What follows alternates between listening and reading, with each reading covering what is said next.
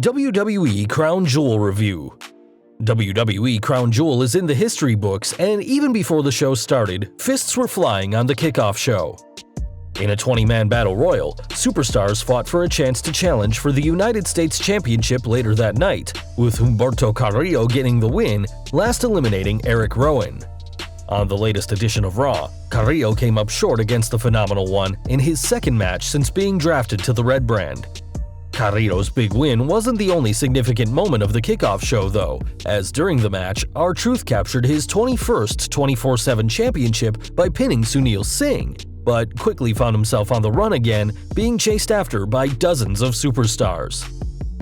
With the kickoff show out of the way, it was time for Crown Jewel, which started with one of its most high-profile matches between WWE Champion Brock Lesnar and Cain Velasquez.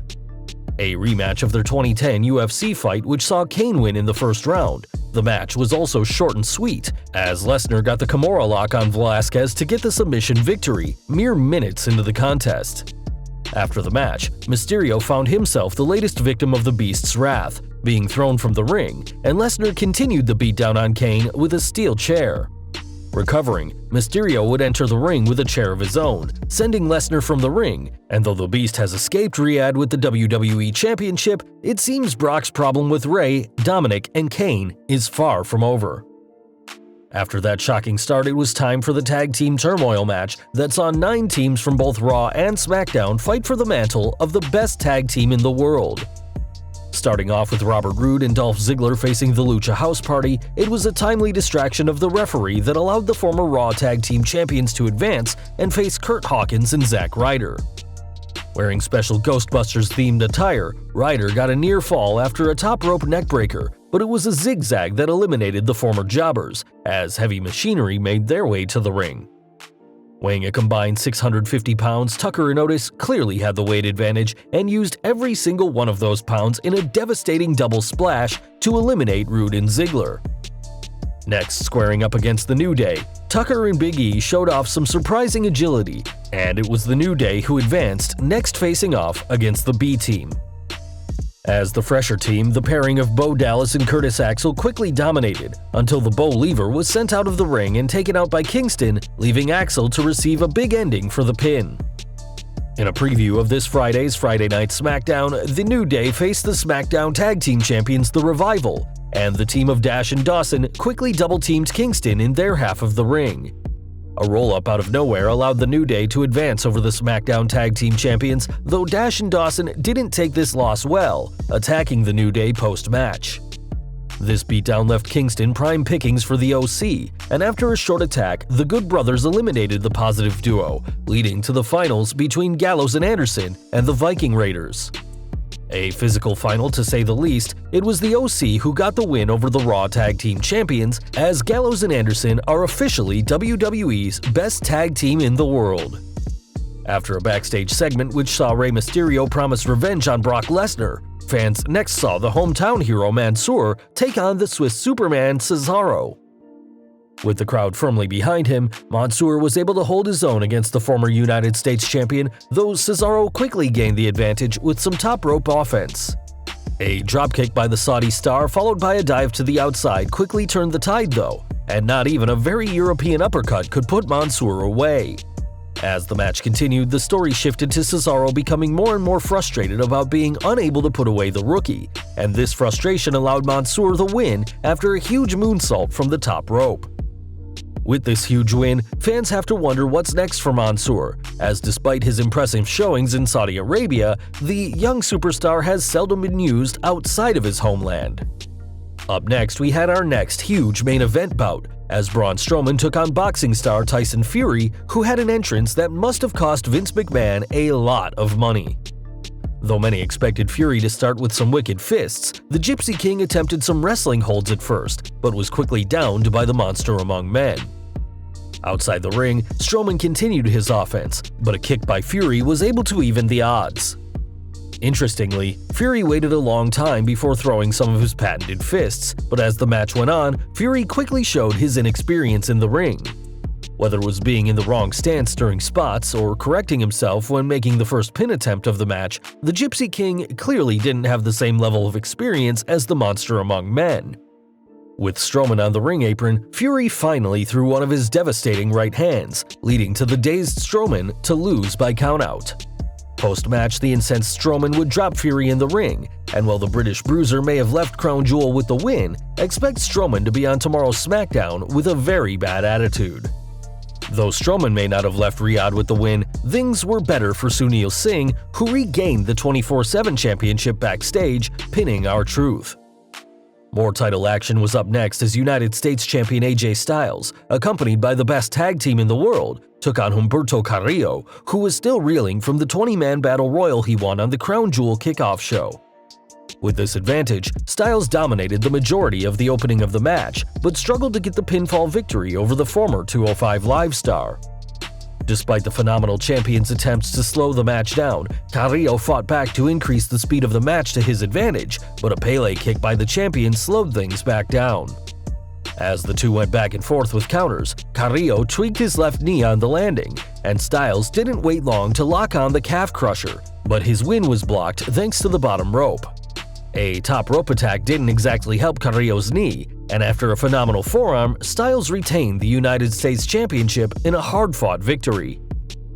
Though the crowd was noticeably quiet for the majority of the match, this was still a huge show for the OC, so expect the trio to be extra cocky next week on Monday Night Raw. Up next, fans around the world saw history being made, as the first ever women's match in the history of Saudi Arabia took place between Natalya and Lacey Evans. With both women wearing conservative attires that covered much of their bodies in respect to the customs of the country, the pair shared a rarely seen handshake, as the former foes were a lot more respectful to each other than fans have seen in the past few weeks. Despite this mutual respect, both women would hold nothing back in the match, with the sassy Southern Belle using some swift kicks on the ring apron to take the advantage. The definition of a back-and-forth match, a picture-perfect moonsault nearly scored Evans the win, though it was Natalya who won the first-ever women's match in Saudi Arabia thanks to her sharpshooter finisher, and the pair celebrated with fans out of the ring in an emotional ending. Since WWE started their deal with Saudi Arabia, fans have been very vocal about their issues with the country's treatment of women and other groups, and while it may still be a while before all these issues are a thing of the past, tonight's match was another history-making moment in the women's revolution.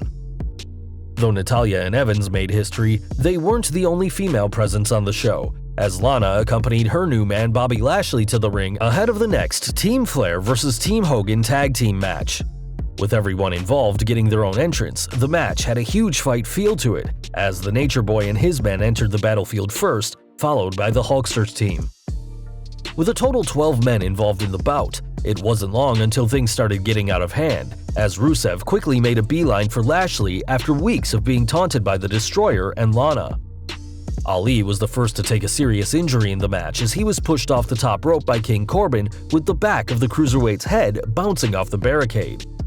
Dazed by this, the Light was dominated by every member of Team Flair, but was able to fight off Drew McIntyre long enough to make the tag to Ricochet. Wearing an attire based off of My Hero Academia's All Might, the former US champion certainly flew like a superhero, getting a near fall on McIntyre, though this momentum didn't last long when Randy Orton got involved. For almost the entire match, the story of the match was the heels dominating the faces, often thanks to the numbers game, and while this was entertaining for a while, it did get tiresome after a while.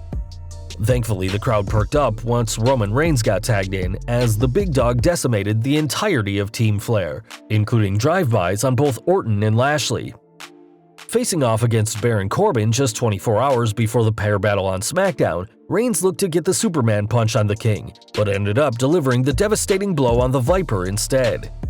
After taking everyone else out of the equation with a splash to the outside, Reigns found himself the victim of an RKO, but only got a 2 count to the shock of everyone, especially the Nature Boy.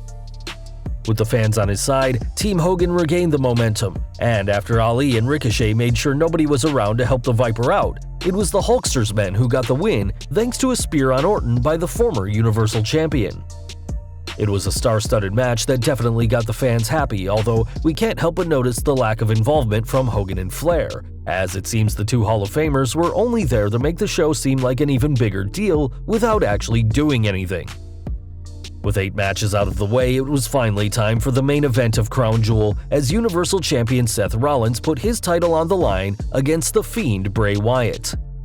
Following the controversial ending to their Hell in a Cell match, the stipulation was added that the match couldn't be stopped for any reason, and much like the duo's past encounters, the entire arena was caked in an eerie red glow.